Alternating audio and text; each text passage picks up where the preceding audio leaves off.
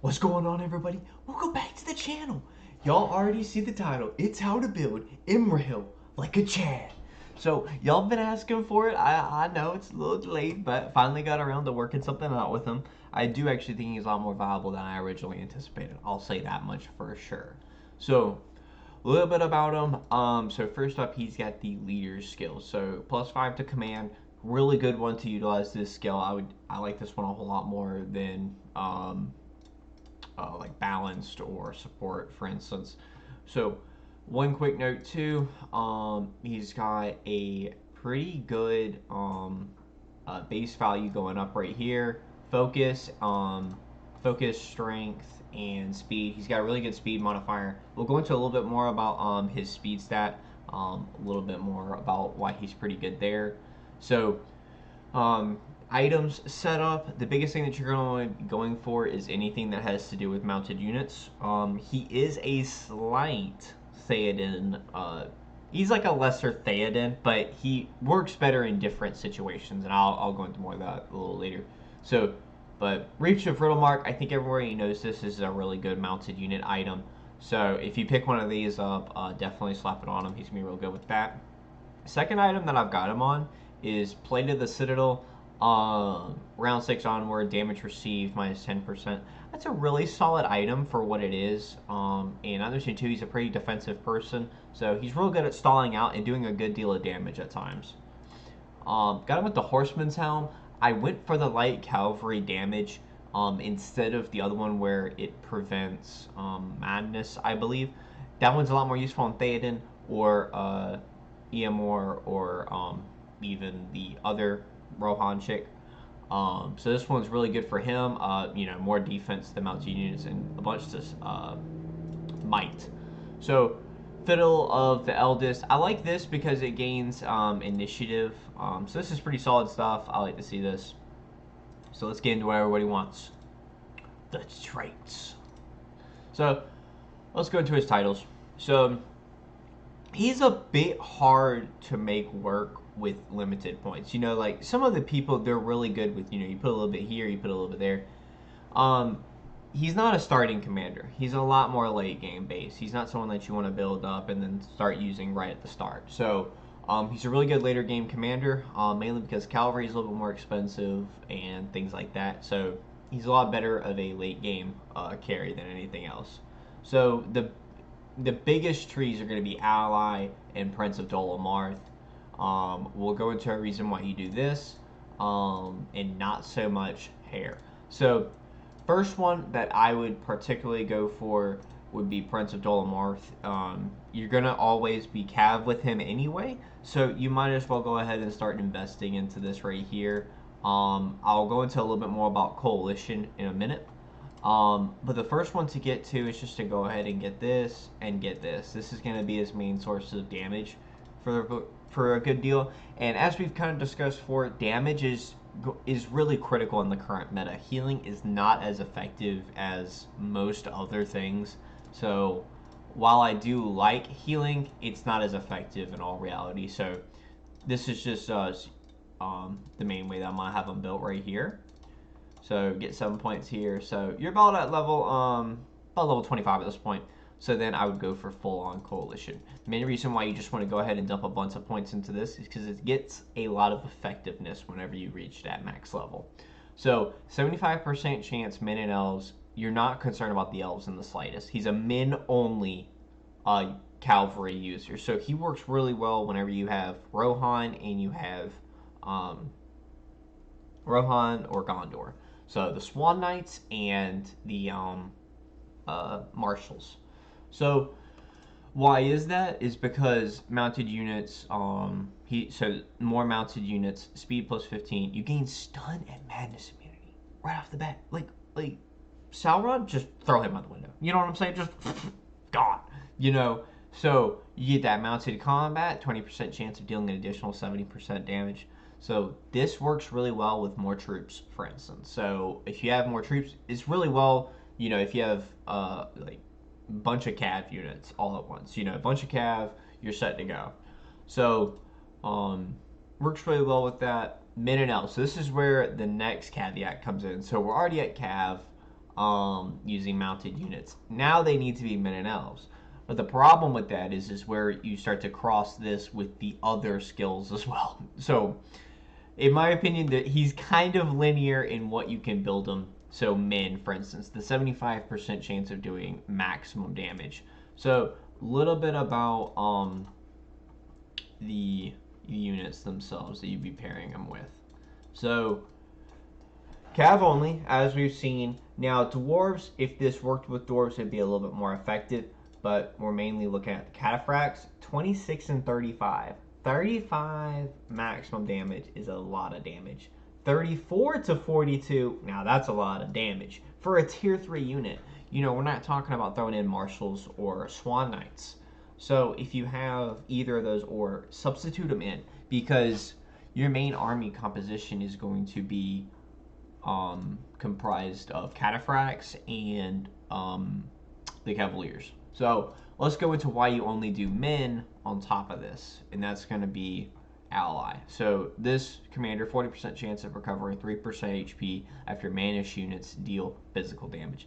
This works really well with the men. So this is another caveat of then, you know, not only mounted, not only men, now now we're even stacking it pretty high as well.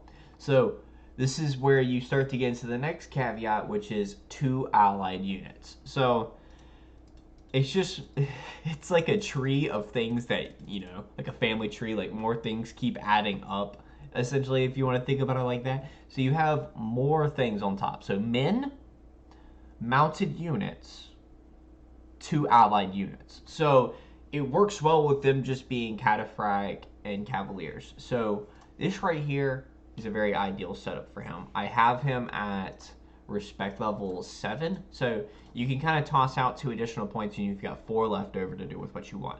What you're going to do with those points is what you do right here. So you put 1 point into fair for the reason that you get this right here, and I've talked about this several times in my other videos. If an ability or title like this offers something like this where you just get a large, you know, effect like this immediately, go ahead and put 1 point into it. Same reason with Haldir, Faramir has it. So the next kind of, you could go into this right here, maybe get a little bit of that. It's done by the speed stat.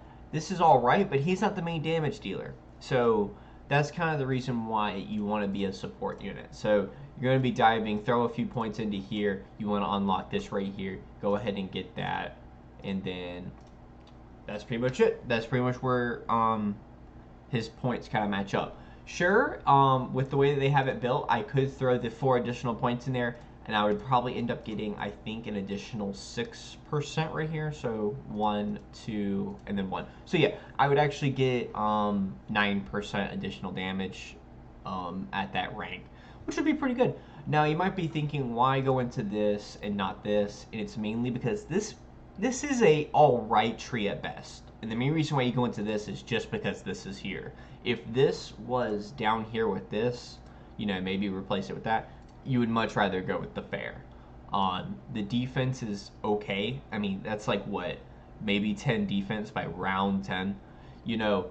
And for an example about why I think so little of hair is because, let's go to Grima because I know he has it. This right here is such a better skill. You just go ahead and throw 7 points. You got to think 2 points into discipline is already better than 10 rounds of the hair. So I don't really see why this is skilled like this. It's honestly horrible. I'm being dead honest. This is like, in comparison, this is horrible. As a tree by itself, it's okay at best, but you're mainly doing it for an ability at the end of the day. So it's good stacked max. 15 points, it's good. On my Faramir, with so many points, I actually have this max, and it's all right. You know, 70 defense by round 10, you know, stacking up. It actually works out really well. But a little bit more, you get 6 HP, and you get +1. So your cataphracts are tanking hard. You know what I'm saying? They tanking like some chats.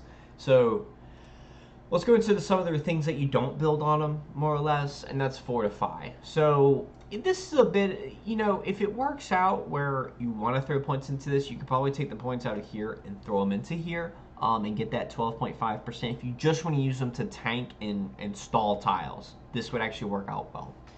He's not a frontline killer, but he's a good mix of everything. Now you might be thinking, what makes him so much better than Theoden? And it's really this additional skill right here of stun and madness immunity. You can just throw 1 point into here and you get stun and madness immunity. He's got 3 additional things going for him: initiate, stun, and madness immunity. So he's got a lot of buffs going on that are really solid. The speed plus 15, really, I didn't think was going to make a huge difference. But if you think about it, what makes his units faster than all of Theoden's is going to be this plus 15 speed stat right here, if all items are the same, So your units would attack first. So that would actually make a large impact in a cavalry fight. So he's a really solid commander. I've had a lot of success with him, especially in drawn out 10 draws. He's not going to be someone that's going to win the round within 5 rounds, but he is someone that's got a lot of success in round 10. Obviously, he doesn't have a lot of damage, but he is a good buffing unit. So yeah, guys, that's pretty much it. I don't have too many reports to show. They all kind of got slid away whenever we were doing other stuff. You'll see more about that later. Don't worry, you'll be seeing it soon enough. But yeah, on a quick side note, go ahead and throw it in here. Y'all see how many 50s I've got to get through before the next season starts. February 10th. Is when the new season now the cutoff is the 8th, but the new season will probably start up on the 10th. So unfortunately I will not be able to stream. I will be out of state essentially for work, so unfortunately I won't be able to stream for y'all, but I will be playing Reddit launch, and I'll be trying to I can maybe try and do something with my laptop. I'll try and see. I'll maybe try and post a video for y'all right whenever the new season drops, and let y'all know about my progress. But yeah, guys, y'all see how many people I've got left to do. I think, including him, I'm down to 4 left of the people. I haven't even dove into the evil side yet. I've done a good deal of testing. Let me tell you what. These are some tough cookies right here. These 4 are some tough cookies to get units with and skills. And they just changed Kieran around, so that just threw off my whole thing about him. So honestly though, but thank you guys so much for watching. Leave a like rating if you enjoy. Subscribe, it really does help us out. But thank you all so much for watching, and I'll see you on the next one. Peace.